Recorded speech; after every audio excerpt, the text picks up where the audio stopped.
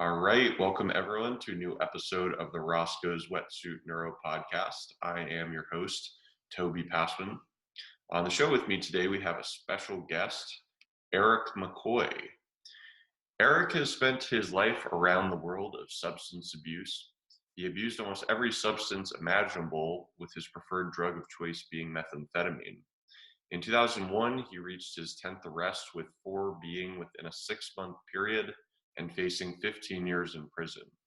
He was given a miracle sentence and decided to change his life. He became a substance abuse counselor in 2003, and throughout the years has worked as a counselor, program director, clinical director, and executive director. He currently teaches at a school and wrote a book titled Pain, Failure, and Misery Are the Stepping Stones to Success.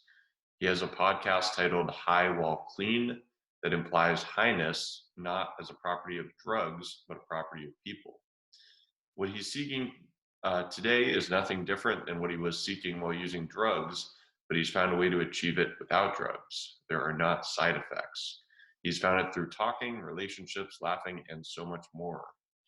Eric, welcome to the show. Thank you. Thank you for having me. So tell me what was, it sounds like you kind of got down kind of a bad path, at least at first. Tell me about kind of, your upbringings and kind of what ended up transpiring that led you down that rabbit hole. Yeah, so I have great parents, and I, unlike what the stereotypical, scenario is for a lot of drug abusers, we lived in great neighborhoods. We were not hurting financially, and I probably had, although I was never diagnosed with it, probably had depression. I had. And I never felt like I connected with people, even including my parents. I almost kind of felt like, and I know a lot of kids feel this way. My parents don't understand me, and so I, we talk about a gateway drug. I probably would say it was cigarettes, and from the moment that I tried a cigarette, I felt a huge head rush, and I loved it. And so, as I got into high school, I had some experiences with alcohol, and I just had this sense of, I just wanted to feel different. I liked the feeling that it gave me. I liked the fact that I didn't really seem to care about things. And I think it definitely lifted that depression that I had. I also learned throughout my lifetime that I have no ability for control. And once I do a little and it feels great, I want to do a lot. And my story really goes into, as you had kind of mentioned, I'd been arrested 10 times in my life. I was arrested 4 times before I turned 18. The first one was actually getting really, really drunk and broke into the high school that I was at. We smashed computers, took stuff, just stupid things. And ended up, it was kind of a long story behind it, but I ended up getting arrested for that. My parents, being, I guess you could quote unquote say enablers, they got me a great attorney.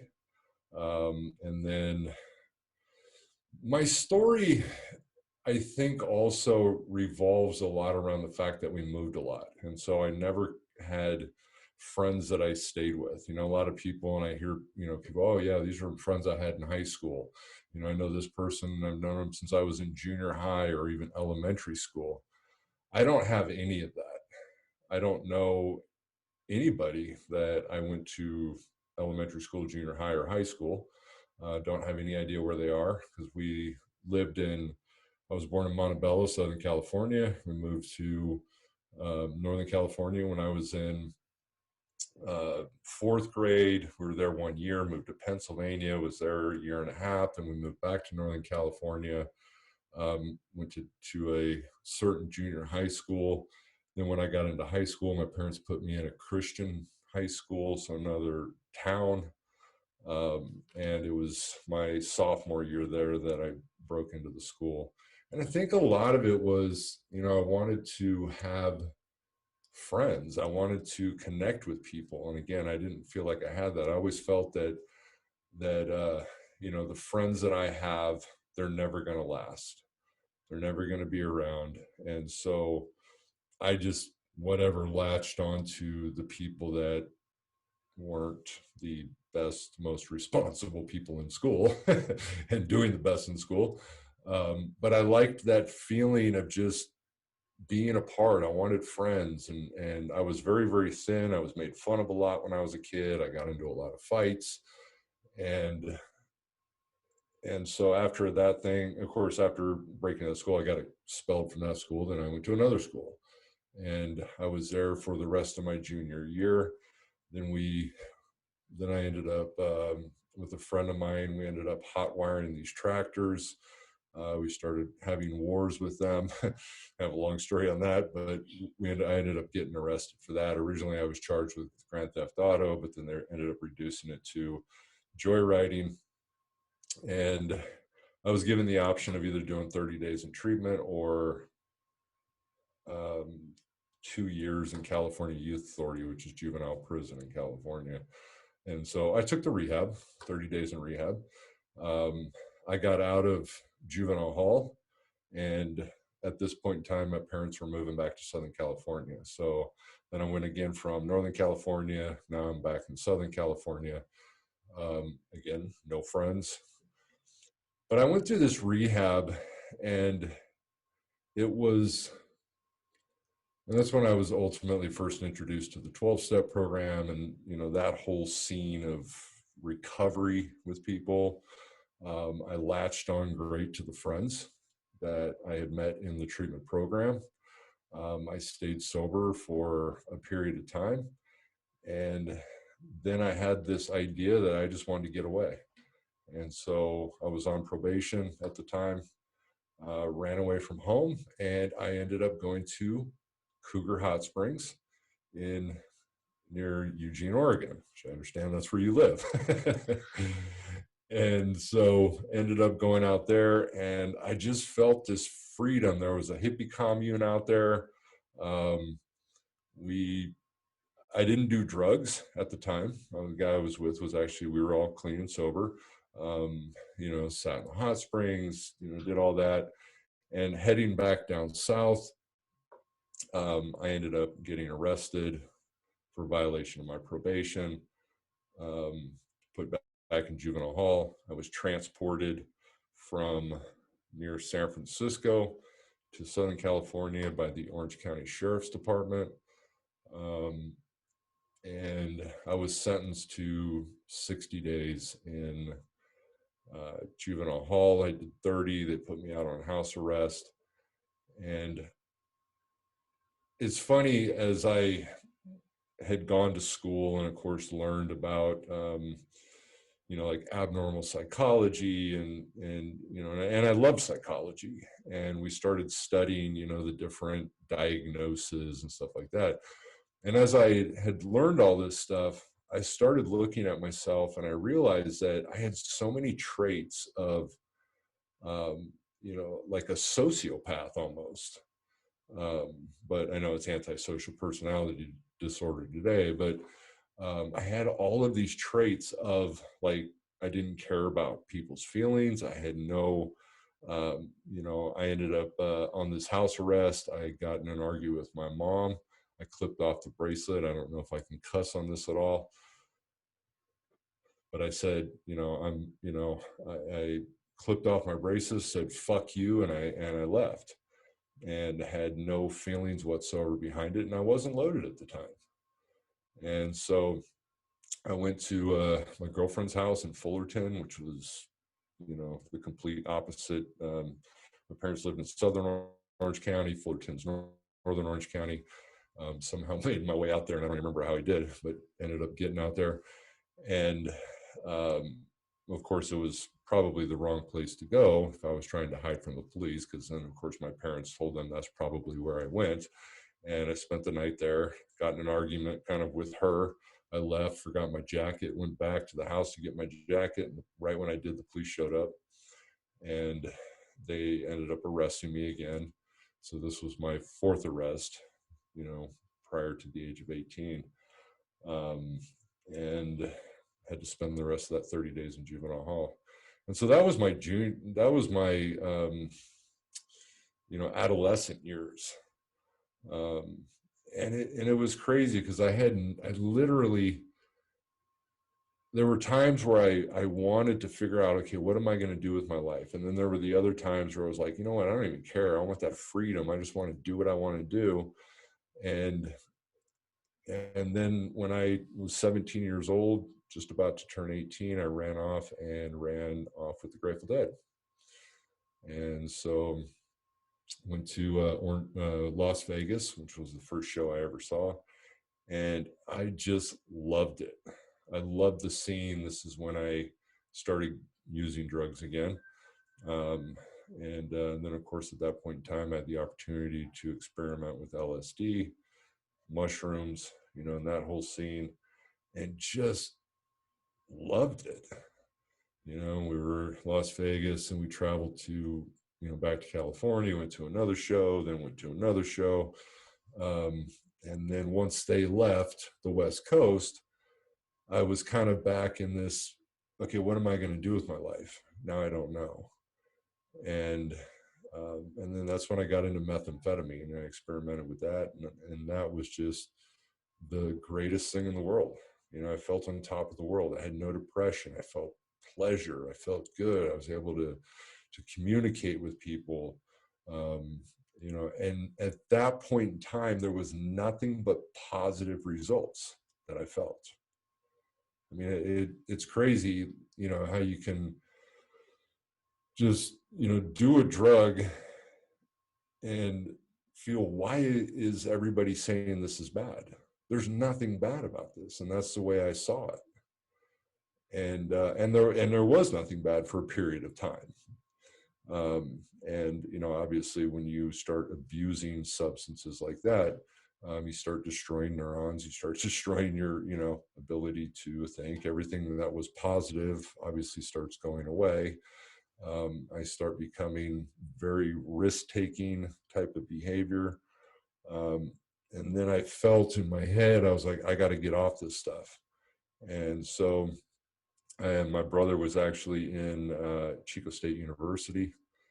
I ended up going up there to get off methamphetamine. I went to the community college there. And I started drinking. Of course, Chico at that point in time was the number 2 party school in the country, which I didn't really know at the time. And you could literally go to any apartment complex any night of the week and you could find a keg party. And I found them all. And I just started drinking. And, I ended up having an experience where I ended up getting knocked unconscious. I was literally punched in the neck. I hit the ground, had a 2-inch contusion sticking out of my head, which kind of plays into later into my story of some major medical situation that resulted from that I didn't really know.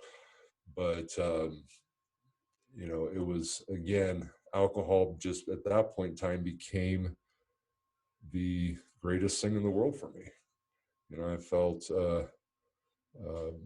even though downers were not necessarily my drug of choice, but it didn't matter. It's what was there. It's what was available.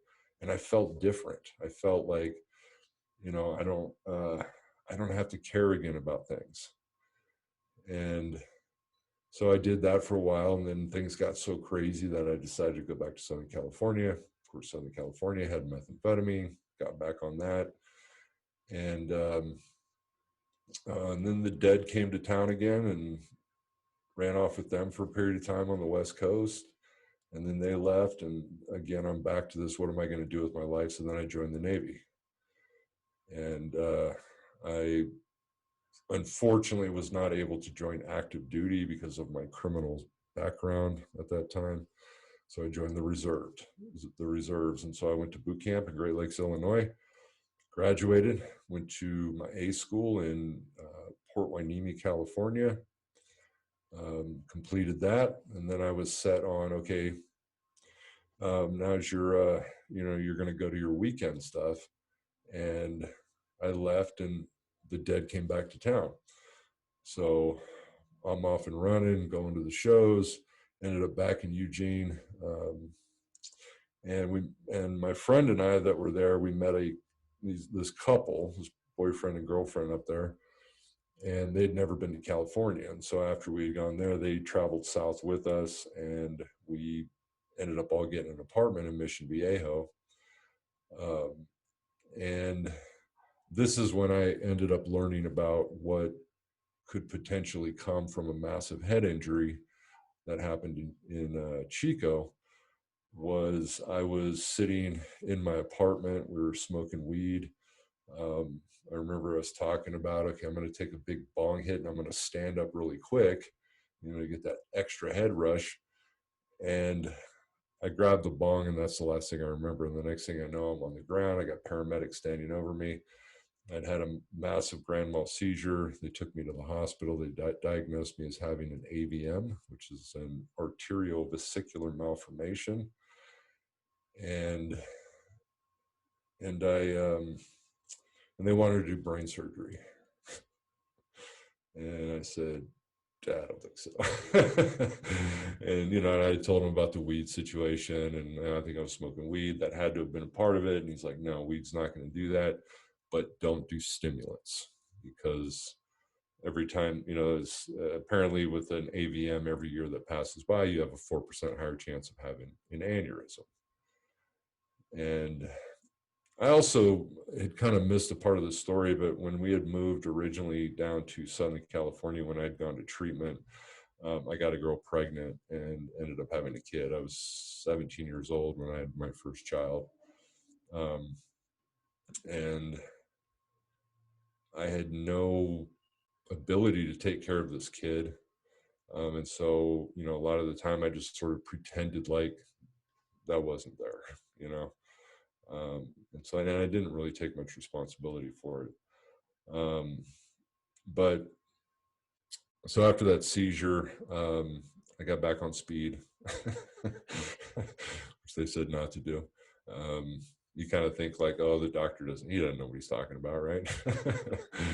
And so I did that. And then there was a situation where the couple that we had met in Oregon, we ended up, getting all on drugs. We were all doing meth.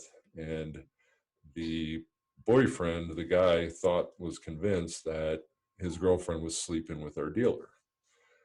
And the reality being is I was sleeping with her. And so there was a situation that had happened. The dealer showed up at our house. He thought it was her. They got into a fight. And it got so bad that the girl that I was sleeping with, she decided to return back to Maryland because that's where she lived. And so she goes off to Maryland. And I wanted to get back off of meth. So I ended up going out there with her. I got a job at a diner. We lived in a hotel. The diner that I worked with was connected to a hotel. And then this was when I had an opportunity to start doing heroin. We did a lot of ecstasy, and they didn't have meth out there, which was sort of my mindset. Okay, I'm not going to get back on meth, but what's wrong with heroin, right? What's wrong with ecstasy, or what's wrong with, these other drugs? I don't have a problem with these. So this is okay. That was like my crazy mindset that I had, and, you kind of think about that idea. It's like, meth's not my problem, so I'm going to do heroin.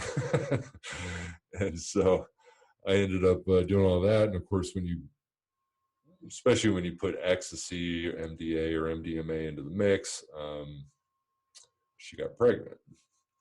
And so we decided that we wanted to get out of this hotel. So we went back to California. California had my really good friend methamphetamine, and so I jumped back on that. Um, and but she didn't do any drugs. That was the great part about it, was she actually was strong enough to not do the drugs when she was pregnant, which I know was hard for her because I was not a great support for it while I'm doing lots of methamphetamine. Um, and then it got to a point to where he was, my son was getting ready to be born, and she decided to go. I want to go back to Maryland, so I went with her. We went back to Maryland. We got a we ended up living in a trailer home out in Woodstock, Maryland, and my son was born in 1995. And then um, I got a job with a painting company, and again, I was kind of back in that mindset. All right, I'm going to be responsible. I'm going to do what I need to do, and I was for a while, and but at the same time, I kept thinking, so I was smoking weed at the time, and I was drinking, and I was doing okay with it, and that sort of changed my mindset. Okay, so maybe I don't have a real problem with some of these other drugs, and so even though alcohol was a huge problem in the past, I was gonna, it was gonna be okay, and so I did that for a while. Then after living with her, we got into a big argument, got into a fight. I ended up leaving. I got another apartment in Eugene, Oregon, or not Eugene, Oregon, in Laurel, Maryland, and I ended up in '98 deciding to go back to California, and came back to California. Went back to my great friend methamphetamine, um, and that's when things started getting really crazy at that point in time. In 1999, I got raided by the Orange County Sheriff's Narcotics Task Force. They were absolutely convinced they were going to find tons of guns, tons of drugs, because the girl had been on probation. She got arrested because she ended up violating her probation because they found meth in her house, and so she decided to roll over on somebody to kind of help her situation, and told them that we were big time drug dealers, and we were, had arsenals of weapons, which we didn't. We didn't have any of that stuff, and so the task force was pretty pissed off, and they didn't find that stuff. But I did get arrested for possession charge, and I was given the opportunity to do treatment. And so that's what I did. I went to Cornerstone in Tustin, a treatment program, um, and I ended up doing 6 months there. And the kind of interesting part, again, in my mind was, okay, methamphetamine's my problem, but I'm going to smoke weed. And so actually, while I was in the inpatient part of the program, I smoked weed. This guy showed up and he had weed, and so we were kind of sneaking around the house smoking it. He ended up getting busted, and he got kicked out. I wasn't with him at the time. They didn't test me when I came in, so they didn't have anything to compare the levels to. That I hadn't been smoking weed when I literally had not been smoking weed when I do meth. And if they had tested me, they would have found out I didn't have it in my system when I came in, but I was able to say that, no, I was smoking a lot of weed. So I did come up with a positive drug test, but they couldn't throw me out because they couldn't compare it. So I did 30 days there. Then I went to, I did 5 months of sober living outpatient at their program. And I decided to drink. And I drank most of the time that I was there. I had it figured out. As long as I stopped drinking by 3 o'clock, they drug tested us, or they breathalyzed us every night, which was usually about 10 o'clock in the evening. And so I kind of had the timing figured out. I could start drinking at 10 in the morning, stop at 3, be able to blow zeros on a breathalyzer. And I did. And I mean, I think about it today, and it's like, I mean, how can you say you don't have a problem when you're drinking at 10 o'clock in the morning? And so I had done that, and completed the program. The counselor even said, "Hey, you're great. You did a fantastic job. You're going to be successful, in this whole deal." And And then I ended up moving back to Maryland because, again, I didn't want to get back on methamphetamine. I had to stay out of trouble for 1 year. And if I did, then that charge that I'd had for the possession would get dropped. So I wanted to leave the state so I didn't get into trouble. And so I did. I went back to Maryland in 2000 and I started smoking crack. You know, I didn't have a problem with crack. It was meth I had a problem with, so I'm gonna smoke crack. Um, that didn't go well, um, and, uh, and then in 2000, early 2001, I came back to California, um, and part of my story when I use meth, I actually become the epitome of the horrors and the quote unquote bad people of drugs. I commit crimes. I commit residential burglaries. I run around all hours of the night. Um, I break into places, and I have no care for, in the world. I mean, that goes back to that. You know, you could probably diagnose me as a sociopath or in that category because I had zero concern for anything or anybody. I broke into my brother's house a ton of times. I would just steal anything that I felt was of value that I could make money on. I was selling large amounts of drugs to make sure that I support my habit. Everything was around methamphetamine. And it's really, it's interesting and I try with with my podcast, and I kind of talk about some of this stuff is that, you know, the power of addiction. And I correlate it in my book, and I talk about like the Dr. Jekyll, Mr. Hyde scenario. You know, I do methamphetamine and I literally become that Mr. Hyde, with the exception of murder and stuff like that, obviously.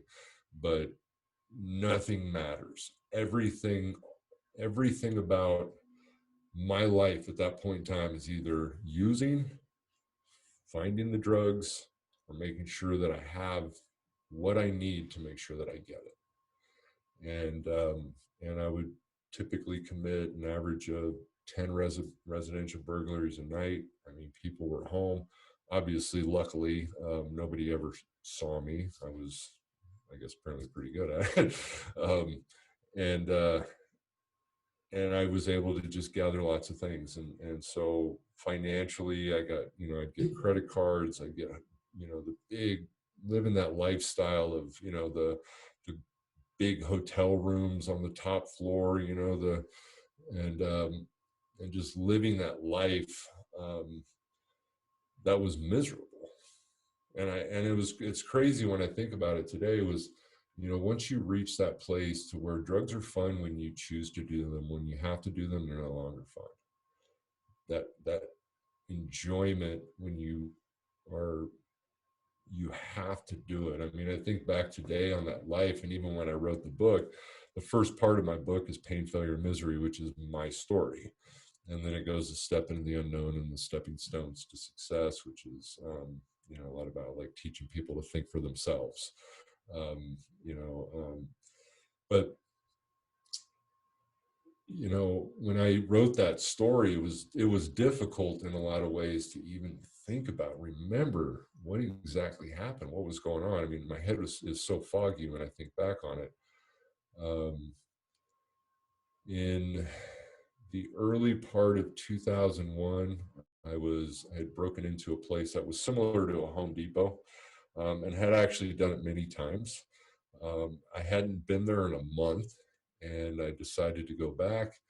And one of the things that I was able to gather was they had a shack in that place that had credit card numbers, social security numbers, driver's license numbers, names of people. I mean, it was, for me, with that lifestyle, it was a gold mine for me, because I was, I would print checks and I was able to literally make credit cards. I had one of the things that you could stamp numbers on cards. You could put whatever name you want on it. I was making driver's license, fake IDs. So I could become anybody that I wanted to. And it was amazing when I actually had names, addresses, social security numbers, birth dates, all that stuff that matched a single person. And so I was gathering all of those things, and went in there one night, cut the lock, went inside. I got into the shack. I looked up on the roof. There was a flashlight. Some guy, Orange County Sheriff's, freeze. Of course, freezing was not what I was going to do. So I took off running, and I came around the backside. And of course, if you realize one sheriff's there, there's probably going to be more. And I came around the corner, and there was, I don't know, maybe 10 sheriffs out there. And I decided just to lay down. And then this kind of reminds me of the situation, that had happened recently with the guy that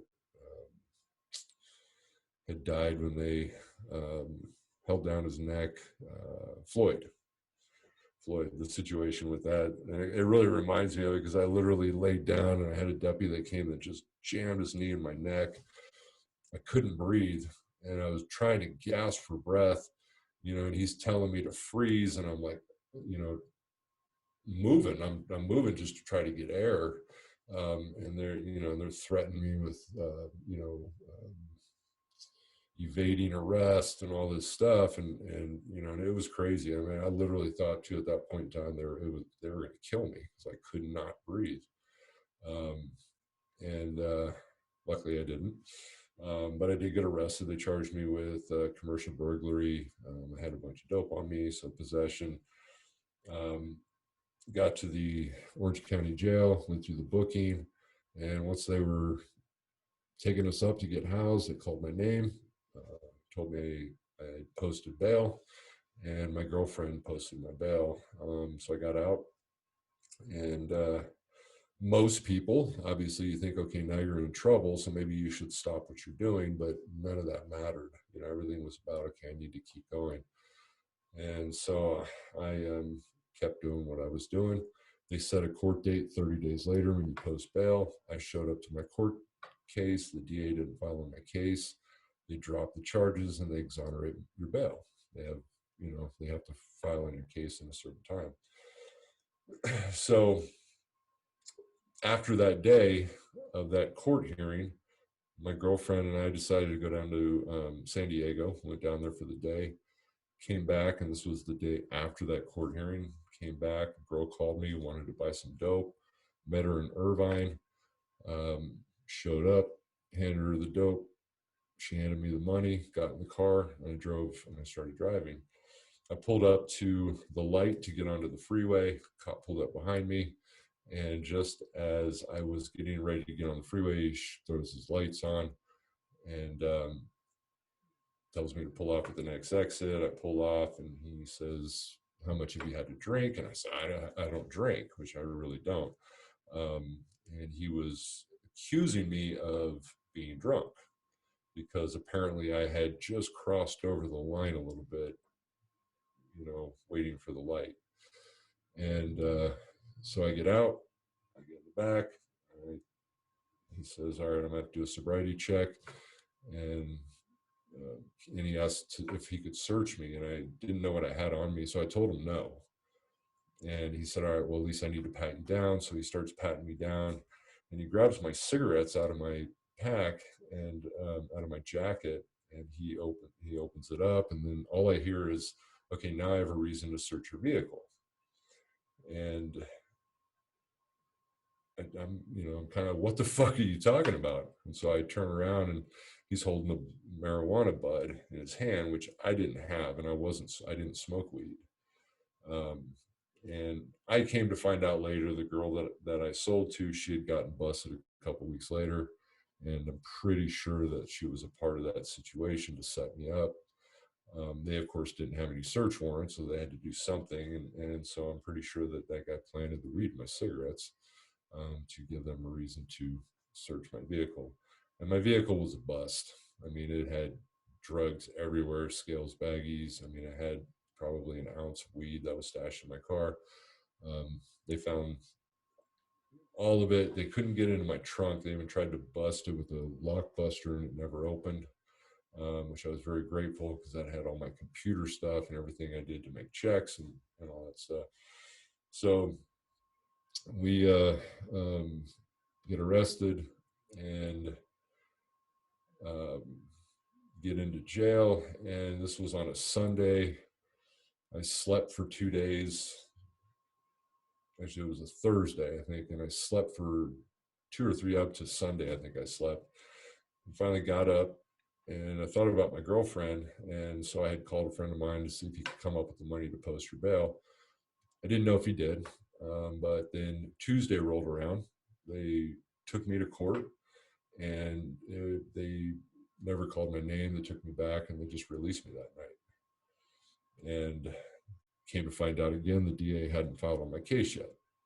So they had 72 hours to arraign me. Didn't happen, so they let me go. And I started, and I kind of thought later that all of this stuff was just a setup for me. Because once I got released, I came to find out later that the narcotics task force was following me and trying to bust me and trying to see what they could get from me.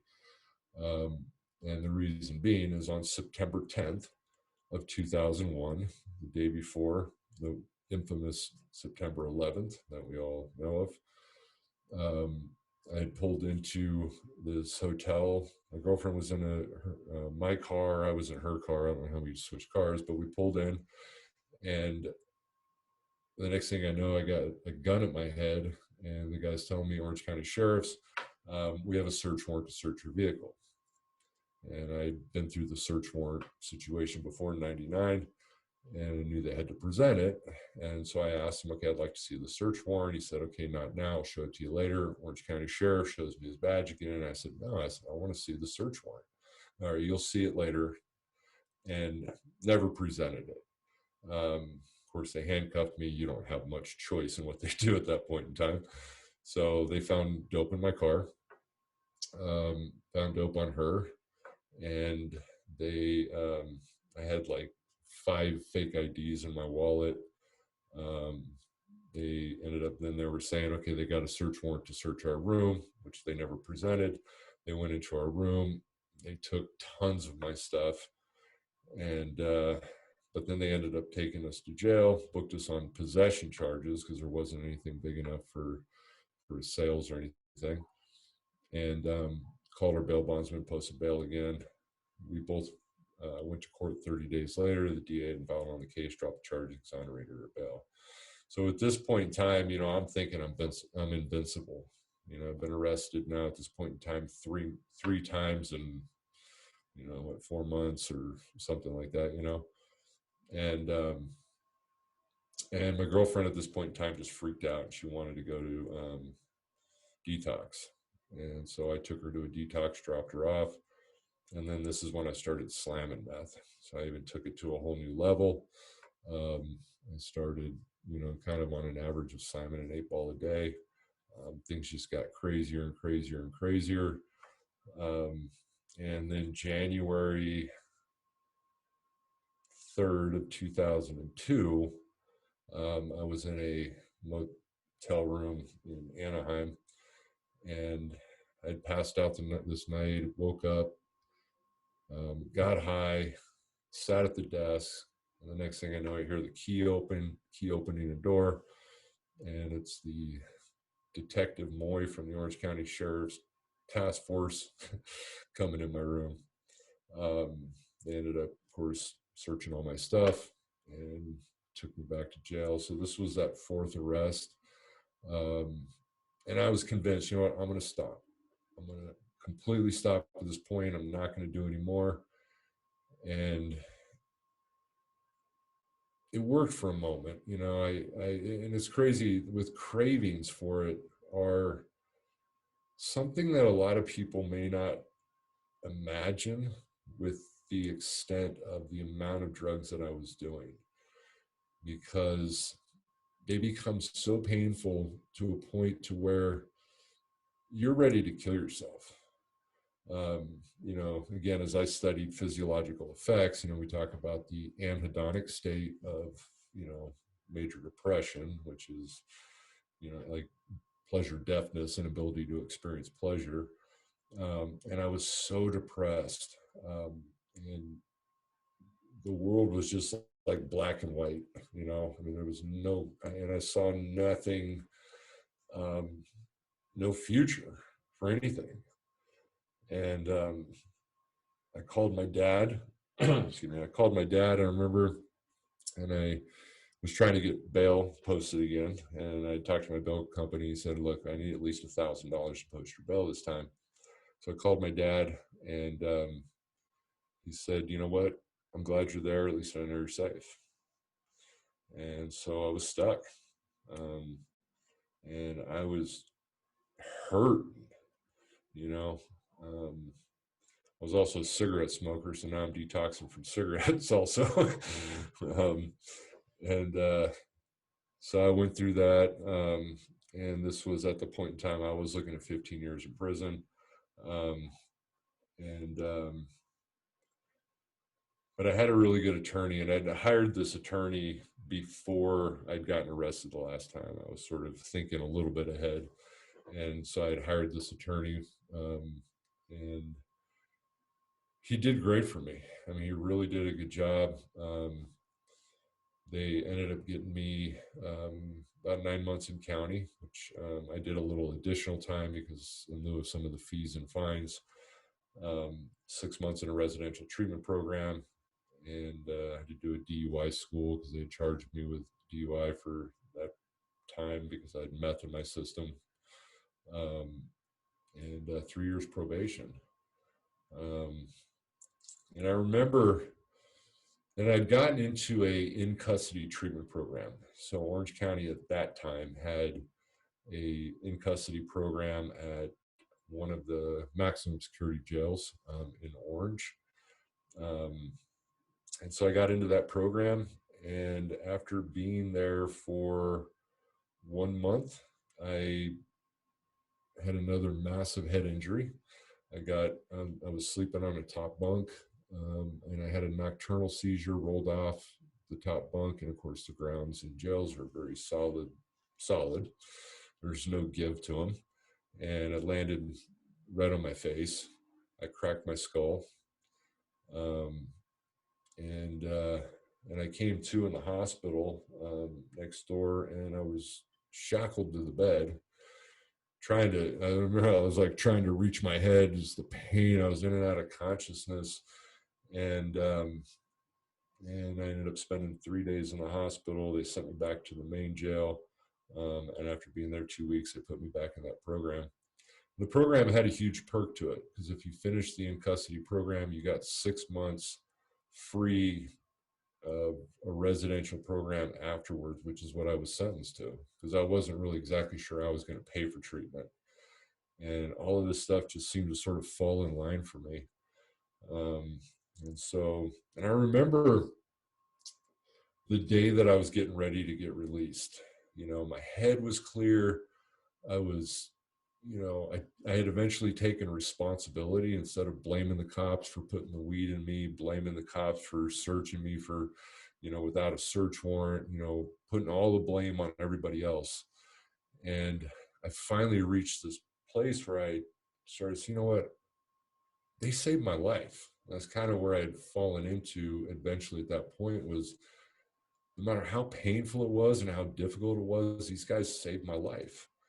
Um, because I was 130 pounds. I'm almost 6'4", 6'3.5", and I weighed 130 pounds. I was literally skin and bones.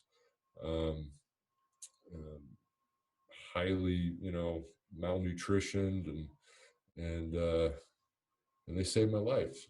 And this is also kind of where I started. At this point in time, I felt more freedom than I'd felt most of my life, and I was in jail. And that's where it taught me that freedom doesn't come from anything external, it all comes from within. And that was a powerful lesson that I'd had. And so I'd spent a lot of time in this program while I was in custody, working on my self-esteem and working on, again, the responsibility and looking at myself and studying myself. And yeah, I had a lot of time, did a lot of reading too. And I remember the day that I was getting released, and I was scared to get out, um, because I didn't know what I was going to do. All of my other times and all of my times in the past, I would have this intention of, okay, I'm going to get out and I'm going to do the right thing. But I'd walk out those doors and I never did the right thing. And I was scared. And I was, I remember talking with one of the guys. I was like, going, man, maybe, they'll file another case against me or something. I was literally, I was just okay with being in there. And for some reason, it was really odd because they called my name. Normally they let you go at like 5, 6 in the morning, and they release you. And I was still there at 10 o'clock, 11 o'clock. I was like 11:30. I was still there. And they called my name and they said, Eric McCoy, you've got a new case filed against you. And they said that. And I was thinking, what the fuck? Right.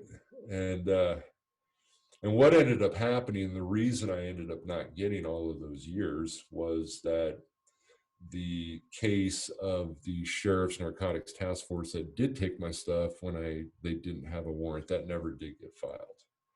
So, and then the other odd thing that I couldn't figure out was the one that the last arrest that I did have, they did have a legitimate reason because I had a warrant. I'd ran on all those cases when they finally refiled them. And so they legitimately had a reason, but they never filed any charges against me. And I don't really understand why. Because they could have nailed me with another possession charge, multiple possession charges, possession of stolen mail, and I mean, all kinds of stuff, possession of stolen property. Nothing else got filed. And I don't know if maybe they felt bad for me. I don't know. And I still don't know to this day. But that was one of the reasons. So it was only 2 of those cases that I ended up pleading guilty to, which were 6 felonies. And so when they did, when the deputy said that, it didn't surprise me. I'm thinking like, oh, okay, maybe they did. I mean, they definitely had another case they could have filed on. And they let that hang for 30 minutes and then they kicked me loose. And so I got out and I went into a program in Costa Mesa, Nancy Clark. And that's where I was going to do the 6 months that I was court ordered to do. And luckily it was free. I didn't have to pay for it because it was a part of that program. And I was so committed, I was like, and I got out, I was scared. I'm like, what am I going to do? I went straight to the program and I wanted it. I wanted to that different life. I wanted to be successful. I wanted to, be happy. I mean, I think that was like my biggest pursuit was I just wanted to be happy. Nothing else really mattered. It was just to be happy. And I remember about halfway through that 6 months, I struggled a bit. And there were times I had cravings. And there was a time where I hopped in my car and I was ready to go find my old dealer. And I was driving down there. And I got about halfway there and it clicked for me. I'm like, what am I doing? Because I did sign on a 7-year prison term.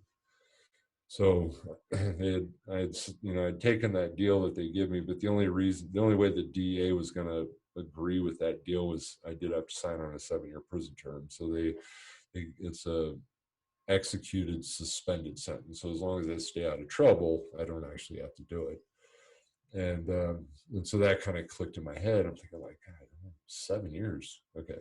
I'm turning back around, And so I went back to the program and then I ended up completing it and I decided that I wanted to go to school. And that's kind of where, things had gone. And it was probably a long answer to that question you had. Yeah. Now there's a lot to unpack there. What I want to ask you, so what do you think changed? Because you had gone to treatment previously, and kind of not really taken it seriously, and just kind of continued on. What do you think? Was it just really bottoming out in jail that caused you to say, I'm gonna actually take this seriously this time, or? It really didn't have anything to do with jail. Jail didn't scare me. Jail never really bothered me in a sense. I mean, I was okay with it. Um, I was okay with going to prison. I mean, they had, the original offer was 7 years in prison. And I was looking at that 15. They said, okay, look, we'll give you 7.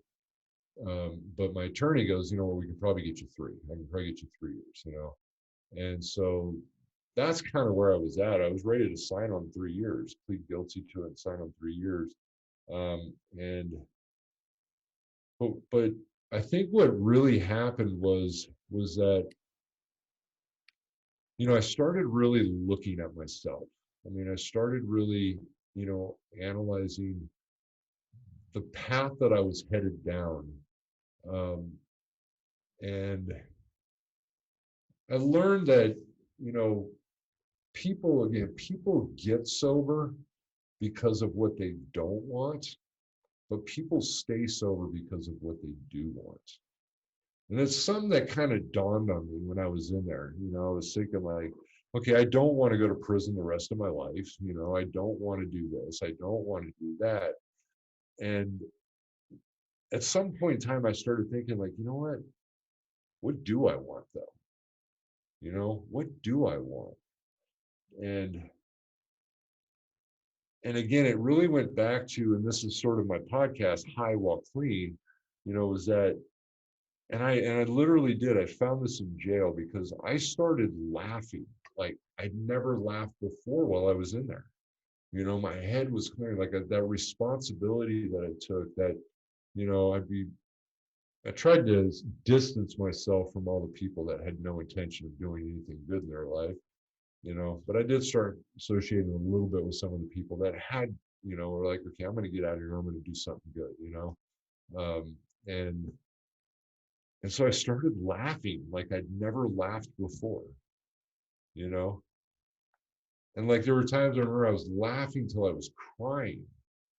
I felt high. I felt a highness, that that felt good. It didn't have those side effects. And that was kind of like my premise was that, you know, highness is not a property of drugs, it's a property of people. I realized too that drugs, all they do is actually destroy your ability to actually get high, as they're destroying your neurons and your dopamine, and there's different, and and so, and that's kind of where I kind of came up with that premise too, that everything that I was looking for in my life, I've been able to find clean and sober, you know, and that's where things I think started changing for me, was I actually got curious about things, my parents would come visit me, and we had great conversations and stuff, and and something, and it's like it's kind of hard to explain a little bit, but something changed within me, um, and I just all of a sudden had this interest to have a purpose. I wanted to have some kind of purpose. I have a chapter in my book called "Let's Get Spiritual," and which is one of those, and I kind of did it that because, that's one of the things that most people run from when they first get into rehab. It's like, oh my God, spirituality, I don't know, what does that mean, kind of thing. And so, it's like you look up spirituality, and spirituality says, to have, to be spiritual, right? Look up spiritual, and it says to have spirit, right? But when you get to the spirit part, that's when it means something.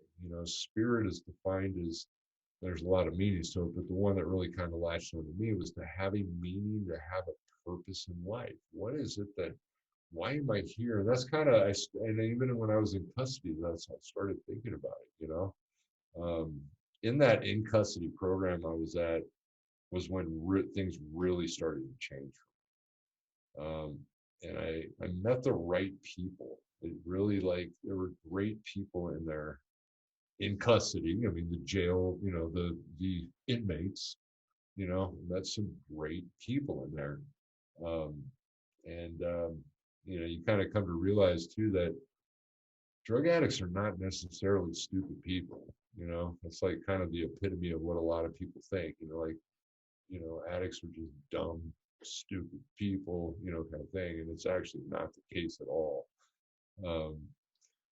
That they, and I always kind of felt too, like, I've always been sort of an intuitive, thinking outside the box kind of person. That's sort of kind of the way I've always been.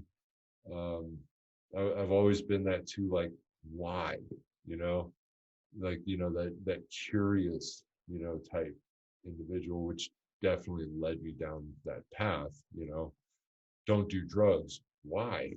Like, I'm gonna go try it, kind of thing. And that just say no motto of Nancy Reagan, which was kind of during my upbringing, didn't really sit well, because it really fails to take into consideration the mind's desire to want to understand, and so that's I think really what a lot of what happened with me was I just started, once my head cleared up, I started, was curious about a different life. I wanted to do something different. Everything in my life, all drugs did was, created misery for me.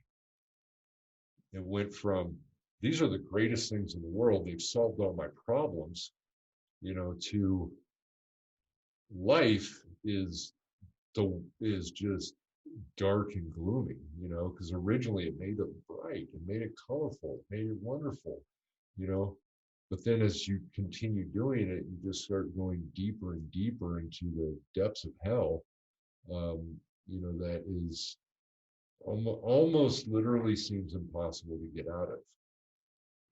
And I think that was the freedom part for me too, was part of that freedom, was that, oh my God, this stuff doesn't have that hold on me anymore.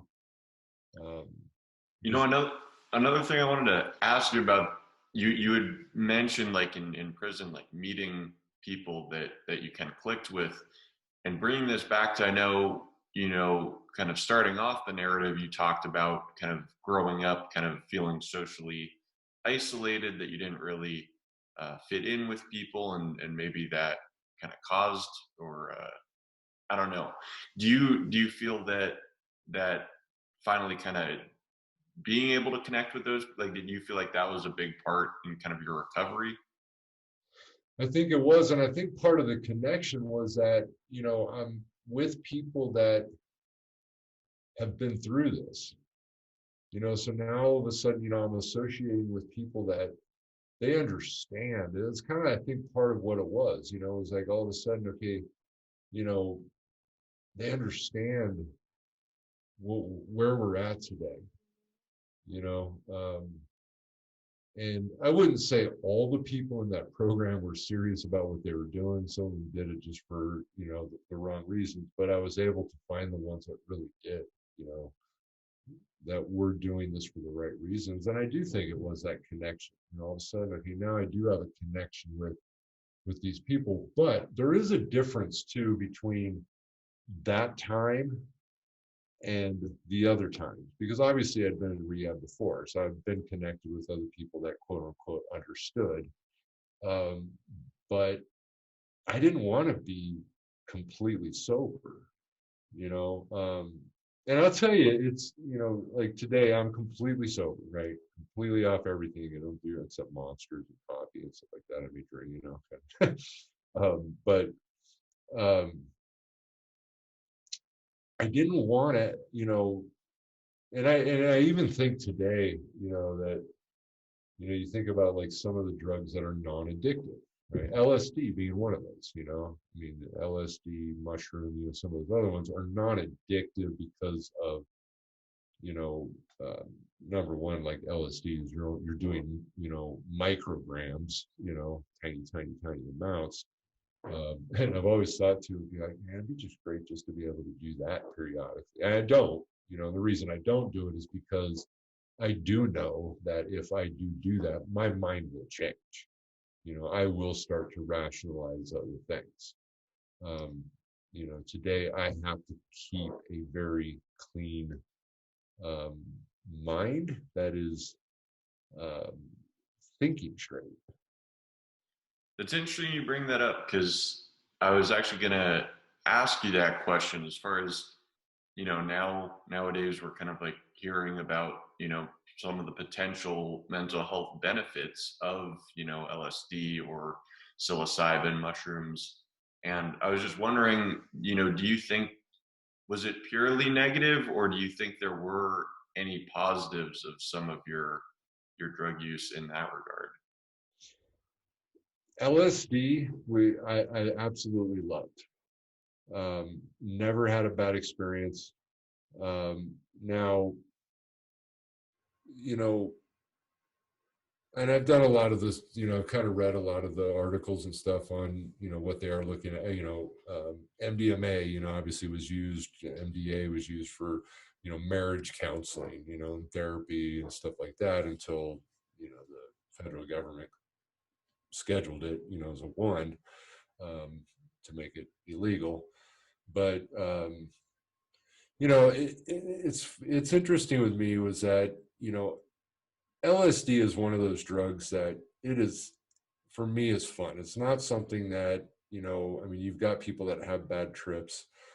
There is a lot of evidence to show that if you are predisposed to like schizophrenia or some of these other ones, it could trigger it because of the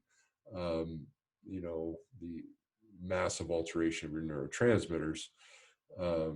But for me, it was never a bad experience, and um, but I don't do it today again because it would change my thinking on things. Part of it being like, oh man, I've used a drug now, so now might as well try something else. Um, but at the same time, it really was never a trigger in the past for me to do other things. Um, and again, it is classified as non-addictive. Um, actually, I think the DEA's classified MDMA, psilocybin, LSD, all of those as non-addictive. Um, but and I kind of laugh about a lot of the whole especially like the '60s the mentality of assuming it's like, oh, it expands your mind kind of thing. And of course, I remember back when I was doing a lot of it.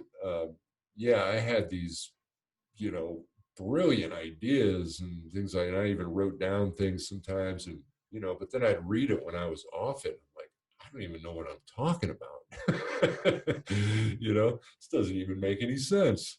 Um, but there is a lot of people out there that do think that there is a lot of benefit behind it for various things. Um, I am somebody that is all about harm reduction. If people want to do it and it's not going to harm society or do anything like that, and you should have the choice to do that. You know, I am big on harm reduction just because I mean, even when you look at like you know um, with opiates, the like Suboxone or Subutex or some of these other ones that people are doing maintenance programs on. If it helps, great. You know, there's a lot of counselors out there that think that no, you can't do that because if you do that, you're not clean. Okay, but if it's helping you, then have at it. And that's kind of the way that I stand on this. I mean, I personally, again, for me, my recovery, my personal thing is I got to be off everything. Otherwise, because I've tried all the other routes. I've tried the just doing heroin or just kind of scenario, and it doesn't work for me. So that's my path. But this may not be your path, or this may be, or other people, and I don't really see how it's my purpose to tell you what I want for you, because that's your life. You're the one that should be able to decide where you want to go in life. As a counselor, I'm all about teaching people, educating. I love, I'm a big fan of education and self-responsibility. I'll teach you all of the stuff. I'll talk to you about, the pros and cons and um, how to raise your self-esteem and how to learn to think for yourself and, learn to, I'm all about personal power and all of this stuff. But then you're going to make the decision, you know, and hopefully you make a good one. And that's kind of where, where I stand on it. I don't get all bent out of shape, because there's a lot of counselors that get highly burnt out because they work so hard to get them to do what they want. You have to do the 12-step program. If you don't do the 12-step program, you're screwed, or you're going to relapse. That's not true. That doesn't necessarily mean that's true. That may be your path, but it may not be their path. Sure. In terms of your, so I really like the title of the podcast, High While Clean. Tell me, like, did you find any like activities or hobbies, like things that could give you that same kind of rush that you felt with drugs, but while being sober? Yeah. So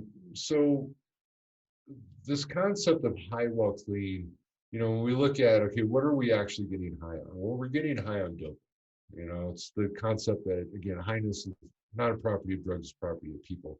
All drugs do is they manipulate our chemicals, which is what we get on, right? You don't get high on cocaine, you get high on dopamine, and that's what you're getting. And we possess them, right? We possess them. Opiates, they mimic our own endorphins, which in turn release dopamine, right? That's the normal process, is endorphins get released, and then you get a release of dopamine, and that's, so that's where people get a runner's high, right? So you can go out and run, you can exercise. If you want to find the closest thing to a heroin high, is go out, run a couple miles, right? And you're going to have a similar high that you would experience from heroin, right? You'll get a release of endorphins, and then you'll get the release of dopamine. That's the runner's high we talk about. Now, you have to change your perception of what high is, though, right?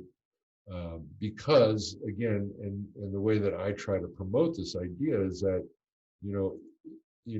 we need to change that perception, because, again, if you feel that drugs are going to be what's going to do it for you, you're going to let yourself down, because it's not going to work long term. When we look at the longer term picture, you're going to be down in depression or that anhedonic state, and you're not even going to be at normal. So, but yes, there are. I did one of them called Let's Get High, and I go through this ridiculous, insane laughing. Just myself, and I'm laughing till I turn purple, right? And I'm laughing so hard my stomach's hurting, and that's a great high right there. My wife and I used to go to for the COVID thing. We used to go to the Improv a lot, comedy clubs. We usually go to one at least once a month. And we get high. Music, music's a big thing. I love to sing. I love to, play the guitar, and there's a highness there. I had a couple people on that are involved in Rock to Recovery. So Rock to Recovery is, a bunch of musicians, professional musicians that go out to treatment programs, and they bring music to them, right? And so this guy Clinton Colton, who's the guitarist for DI, I had him on. Wes Geer, who's one of the guitarists for Korn. He's actually the one that started it, and I did a podcast with him, and I talked about that idea, about how music, that's how we get high. That's a way you can get high. You know, zip lining is another one. I love to zip line. Down here in Southern California, there's Wrightwood, and Wrightwood has just the most insane zip lining course. Freaking amazing. And doing things like this, when you look at how do we get release of the dopamine? Why do we have dopamine, right? So dopamine is a survival neurotransmitter, right? Dopamine was a gift from God, you could say, right, to give us enjoyment in life. And so it's when you eat food, you get a release of dopamine. When you drink water and you're thirsty, you get a release of dopamine, right? Now, a lot of these are also, when you look at all the addictive behaviors that people can fall into, they're the same thing. So like you get a release of dopamine when you eat. Well, we've got overeaters, right? That just, they use that to comfort themselves and to feel that. Sex, right? Which is how we, procreation, right? Save our species, right? Sex, obviously there's dopamine there, pleasure. But I've found this ability to find a highness in almost everything that I do. Like we're talking right here. I feel great. I feel really good talking to you. I teach at a school, I teach, and I love to get up, and I love what I teach, and I'm passionate about what I teach. And it gives me a sense of highness. And so it's about, you have to change your perception a little bit on what highness is, but it's one thing I'm trying to do is really to get the word out there that, because so many people that go into rehab and they're like, oh my God, I got to give up my drug. Life's going to suck. Life's going to be boring, right? I'm never going to enjoy anything anymore. Well, the truth is right there during that detox in that period, that's true. You're not going to, but stick it out a little bit, stick it out so your brain can heal itself, neuroplasticity, right? Start rewiring itself, and we start to get those reconnections going. And then we change our perception of what highness is, but it's not about giving up getting high. It's just we do it differently today, but we do it in a way that's real, because the reality is, again, everybody thinks that I'm getting high on cocaine. No, you're not. I'm getting high on methamphetamine. No, you're not. The pleasure you're feeling is something that you have within you. That's what you're feeling. Right. Awesome. Well, Eric, we're coming up onto the end of the show. I really appreciate you sharing your story today. Anything that we haven't covered that you think is important to the listeners, just related to anything that we talked about? I really, with people out there that are struggling, and I know a lot of people obviously that are struggling with substance abuse probably aren't going to listen to this, but maybe there's family members or other people out there that can kind of, look at this idea. But, if people can have an opportunity to talk to somebody that, has been through it, that can help guide you, is I think really what it takes to move in the right direction, and it's one thing I always say on my thing, and I want to throw this out real quick, but anybody can get a hold of me if anybody is interested and they just want to talk. My email address is McCoy, so EMCCOY at highwallclean.org. My website is highwallclean.org. And so anybody can reach out to me, and for people that are listening to this, I know how scary it is to get off drugs. I know the concept of, the between a rock and a hard place, that idea where, you know, I know that if I keep doing it, it's going to kill me, but I know that if I stop, that's going to kill me too. Even though it's not true, but that's what we believe, you know, and that's where it gets really tough. And so the reality being is you're going to have to take a risk, you know, you're going to have to take a risk, and it's not easy. This is where courage comes into play, you know. But no matter where you've been or what you've done, you can do anything you want if you're willing to fight for it. Well said. Awesome. Well, Eric, I wanted to really thank you for coming on the show today and just sharing your story. So I really appreciate your time. And, it's a really wild life that you lived, and you're glad that you're here today to kind of share your story and reflect back on it. So Yeah, I thank you want to so thank you much. very. I want to thank you very much for having me on here. Absolutely. Hope you guys enjoyed this edition of the Roscoe's Wetsuit Neuro podcast. If you did, go ahead and like and subscribe to our YouTube channel. We're Roscoe's Wetsuit. And you can also find audio versions of the podcast available on Spotify, Apple Podcasts, Stitcher, and just about anywhere else that audio podcasts are available.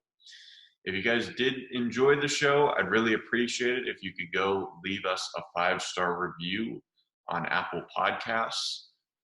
Go ahead and search in Roscoe's Wetsuit Neuro. And if you could write a review, that would be greatly appreciated.